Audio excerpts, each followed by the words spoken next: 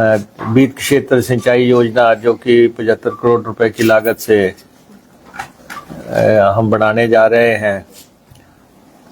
और आज जो है मैं आपके ध्यान में लाना चाहता हूं कि हरोली कॉन्स्टिट्यूंसी का जहाँ से स्टार्ट होता है और जिसको कॉमनली हम या तो कुछ लोग उसको झलेड़ा ब्रिज कहते हैं या कुछ लोग उसको घालूवाल ब्रिज कहते हैं। ये ब्रिज जो है 1962 में बना था और देन चीफ मिनिस्टर कैरों साहब ने इसको बनाया था और लंबे अरसे तक इस यहाँ से यातायात चला है। लेकिन अब हम इस ब्रिज को रिप्लेस करना चाहते थे क्योंकि ये फेस है हमारी कॉन्स्टिट्यूंसी का, शुरुआत है हमारी कॉन्स्टिट्यूंसी की। तो मैं आपको जानकारी देना चाहता हूँ कि इस ब्रिज को के लिए हमने 37 करोड़ रुपया मंजूर करवा लिया है भारत सरकार से। और ministry of transport and highways के साथ हम लगातार एक साल से डायलॉग कर रहे थे और बातचीत कर रहे थे और अंततः ये हमारा 4 लेन ब्रिज अभी 2 वे था, अब कुला नेयात और जिस पे 37 करोड़ रुपया लागत आएगी। कल रात को हमें हमारा ये ब्रिज भी मंजूर हो गया। तो ये इलाके के लिए डेवलपमेंट से जुड़ा हुआ एक और में प्राप्त हो गई है।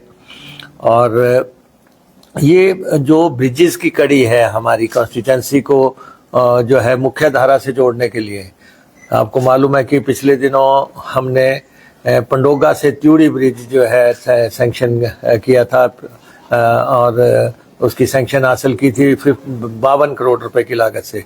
वो ब्रिज अब प्रोग्रेस में है, इसमें वो ब्रिज बन रहा है और इसी साल के अंदर वो बन के तैयार हो जाएगा। और उससे जो है हमारी जो पब्लिक है वो बाबा रुद्रानंद धाम को जाना हो या जो है रेलवे स्टेशन को जाना हो तो वो उसके लिए एक जो है ओपन हो जाएगा वो रास्ता। तो उससे पहले हमने एक बहुत बड़ा पुल जो है हरोली से रामपुर ब्रिज जो है बना के तैयार किया था।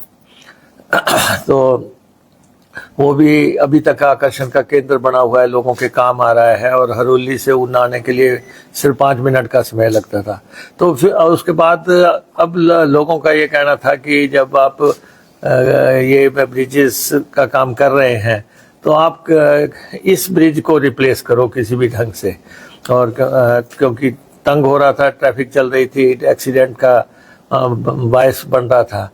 तो हमने जो है एक निर्णायक प्रयास किया। जैसे मैंने आपको पहले कहा, हरोली निर्णायक विकास के दौर में प्रवेश कर रही है और हरोली क्योंकि कॉन्स्टिट्यूंसी है, कुछ लोगों को इस बात पे परेशानी होती है। कुछ लोग मैं देखता हूं कि वो कहते हैं कि हरोली का काम क्यों हो रहा है, और वो कह रहे हैं कि फेसबुक पे भी या अपने खबरों में भी कुछ लोग इस ढंग से बात रखते हैं। तो जो कॉन्स्टिट्यूंसी हमें बनाती है, जो कॉन्स्टिट्यूंसी हमें जताती है, जो कॉन्स्टिट्यूंसी हमें शिमला भेजती है, जिस कॉन्स्टिट्यूंसी की वजह से हमने ये सब प्रेजेंट रुतबा भी हासिल किया है, जिसकी वजह से हम लीडर ऑफ अपोजिशन बने या हम मिनिस्टर बने या डीसीएम बने, ये उस कॉन्स्टिट्यूंसी का विकास करना हमारा नैतिक जिम्मेवारी है।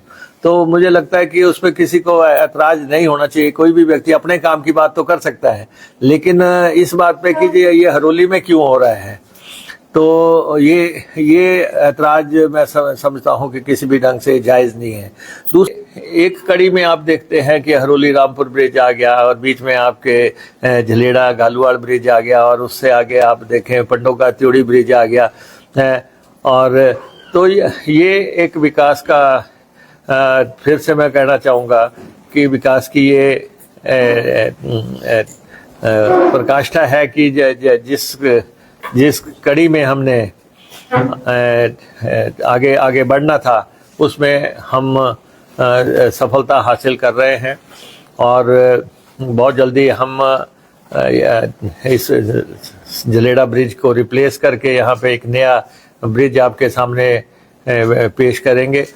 और आपके सामने पहले हमने छोटे ब्रिजेस की भी जहाँ तक बात है, चंदपुर का ब्रिज बन के तैयार हो गया, लल्लीडी का ब्रिज बनने जा रहा है और हरोली का ब्रिज बन रहा है, वो और 1 महीने के अंदर बन के तैयार हो जाएगा कॉलेज के पास जो था। और उसके बाद ऊपर गोंदपुर का ब्रिज जो है वो भी हमारा सैंक्शन हो गया है। 12 करोड़ की जो सड़क बैली से बातू सैंक्शन हुई है, उसमें गोंदपुर ब्रिज उसका पार्ट है।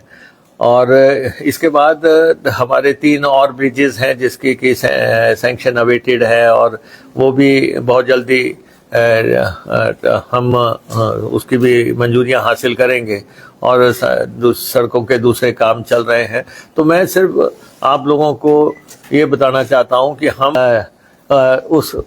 तब जो है ये पैसा जो है और संबंध चाहिए। और मैं केंद्रीय मंत्री नितिन गडकरी जी का आभारी हूं जिन्होंने हमारे आग्रह को मंजूर किया। मैं नेशनल हाईवे अथॉरिटी के चेयरमैन का आभारी हूं जिन्होंने जो है रिकॉर्ड टाइम में हमें ये सैंक्शन दी है। तो ये हम प्रयास कर रहे हैं विकास के लिए। और जो नेक्स्ट कड़ी में जो हमारे विकास के काम आते जाएंगे हम आपको इन्फॉर्म करते जाएंगे। जैसा मैंने आपको कहा है बहुत कुछ होने वाला है, बहुत कुछ हुआ है, बहुत कुछ होने वाला है। तो जिन लोगों को पीड़ा हो रही है बेहतर रहेगा कि वो एक अच्छे डॉक्टर को कंसल्टेंट रखें, क्योंकि यहाँ ऐसा होता रहेगा। ये मैं कहना चाहता हूँ। 100% फंडिंग या 90? 100% फंडिंग। डॉक्टर 25 है।